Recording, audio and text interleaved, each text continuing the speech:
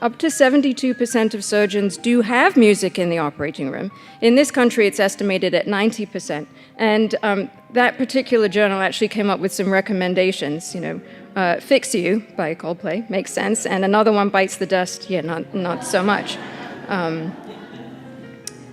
One that was interesting to me was a study done in plastic surgery residents. So those are the surgeons who have finished medical school, they're in training, and they were being asked to do wound closures and were monitored in terms of the efficiency, the overall time it took, and how beautiful and precise the end result happened to be. And it seemed that music that was enjoyable to that surgeon resulted in a finer closure. For 2 hours, Renee Fleming, the opera singer, was laying in her back, surrounded by this magnet, hearing this very loud noise. The experiment for National Institutes of Health was one moment her just reading the text of a song. And so the functional MRI machine would highlight parts of the brain that were active. The next part of the experiment was Renee Fleming singing those lyrics, and different parts of the brain were lighting up.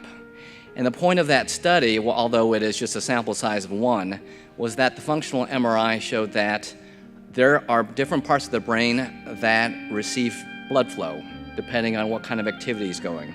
And it did show that during music, there are other parts of the brain that are active, that physiologically are receiving blood. I noticed that the more I was going to yoga, going to dance class, whatever, being physically fit and mentally well, the better I was playing. So after I finished my master's degree, I just felt compelled to do more in the yoga world. So I went to India and studied yoga and meditation, and came back and started teaching yoga. But I didn't foresee at the time how much those two things would start to become linked. I asked a question of, are there any ways in which you feel that being a musician has actually benefited your health physically or mentally? Many people mentioned mental clarity and breath control. Again, more overlap with yoga, I think. Increased lung capacity. I liked this comment a lot.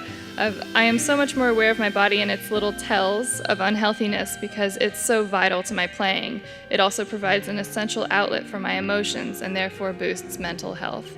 Multiple people on the survey used the phrase outlet for my emotions. My key treatment points really are maintain your specific motion to the instrument. Drums, percussion, woodwinds, stringed instruments. The hand therapist can be a huge asset from a treating physician, counselor, therapist standpoint.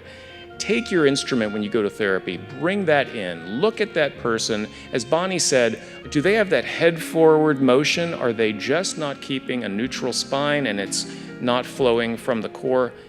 My last thought, number one, when all of us are treating musicians, it's not usually a surgical phenomenon. It doesn't need to operate on everything, but managing tendinopathies, understanding the instrument, understanding their needs, don't play through pain, and attention to the entire core and the entire limb.